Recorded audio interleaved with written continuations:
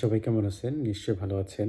বাংলাদেশ ফুটবলের বর্তমান যে ভাইব চলতেছে, সেই ভাইবকে সামনে রেখে আজকের আমি এই ভিডিও তৈরি করতেছি। আগামী ইন্ডিয়া এবং বাংলাদেশের যে ম্যাচ আছে, সেই ম্যাচে আসলেই বাংলাদেশ জিততে পারবে কি পারবে না এবং সেখানে বাংলাদেশের বর্তমান যে প্রতিপক্ষ ইন্ডিয়া, তার যে শক্তিমত্তার সাথে বাংলাদেশের বর্তমান অবস্থা কি, সেটা আপনাদের সাথে শেয়ার করব। অবশ্যই সাথে থাকবেন।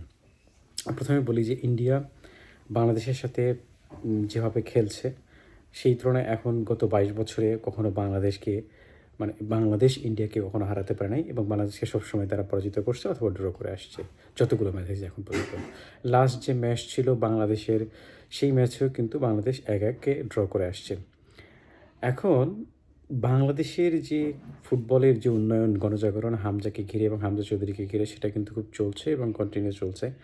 এবং এই ভাইব যদি থাকে, বিদেশি বড়, বড় যারা খেলোয়াড় আছেন, বিশেষ করে অস্ট্রেলিয়ান, ইউএসএর এবং ইউরোপের বিভিন্ন দেশে যারা খেলতেছেন, তারাও কিন্তু আসার জন্য বাংলাদেশে অনেক বেশি উদগ্রীব হয়ে আছেন। তো সেটা যদি আসে তাহলে বাংলাদেশ টিম ভালো করবে। আর বাংলাদেশের যে লাস্ট ম্যাচের কিছু পারফরমেন্স আছে, বিশেষ করে নেপালের সাথে, সেখানে কিন্তু বাংলাদেশ জেতা ম্যাচটা এক ধরনের হেরে গেছেন। সেই কারণে ব্যাকফুটেই আছে বলা যায়। এই কারণে আবার অন্যদিকে ইন্ডিয়া ভুটানের সাথে ৫-১ গোলে হেরে জিতে আসছেন। তো তাদের ভিতরে অন্যরকম একটা কনফিডেন্স আছে। তো ২ দল মিলে কী অবস্থায় হয় আমরা দেখব আসলে সামনের ম্যাচে। বাংলাদেশ জিতবে এটা আমরা বিশ্বাস করি বাঙালি হিসাবে। কিন্তু একইভাবে মনে নিতে হবে যে আমাদের সমকক্ষ যারা টিম আছে, তারাও তাদের সেই ধরনের প্রতিদ্বন্দ্বিতাপূর্ণ প্লেয়ার আছে এবং তারাও ভালো করতে পারে। তারাও বিদেশি প্লেয়ার নিয়ে আসতেছে এবারে বাংলাদেশের সাথে খেলতে। সুনীল ছেত্রী যদিও আসতেছে না, তারপরেও কিন্তু টিমটা অনেক বেশি ব্যালেন্স এবং অনেক বেশি ভালো। যে কারণে আশা করব বাংলাদেশের যে কোচ আছে এবং ক্যাপ্টেন আছে, তারা ওই ধরনের স্ট্র্যাটেজি ফলো করবেন এবং স্ট্র্যাটেজি ফলো করলেই যাতে বাংলাদেশ এই ম্যাচটা জিততে পারে, আমরা সবাই বাংলাদেশি মানুষ হিসাবে লাস্ট কিছু ম্যাচ থেকে যে আশা জাগছে সেটা যেন কন্টিনিউ থাকে।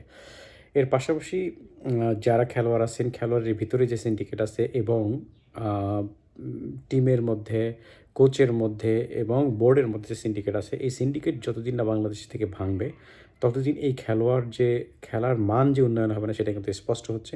এবং খেলার মানকে উন্নয়ন করার জন্যেই বাংলাদেশকে এই মুহূর্তে এই সিন্ডিকেট পরিত্যাজ্য করতে হবে এবং টিমের মধ্যে একটা কম্বাইন অ্যাপ্রোচে নামতে হবে যাতে বাংলাদেশ সবাই ভালো করতে পারে।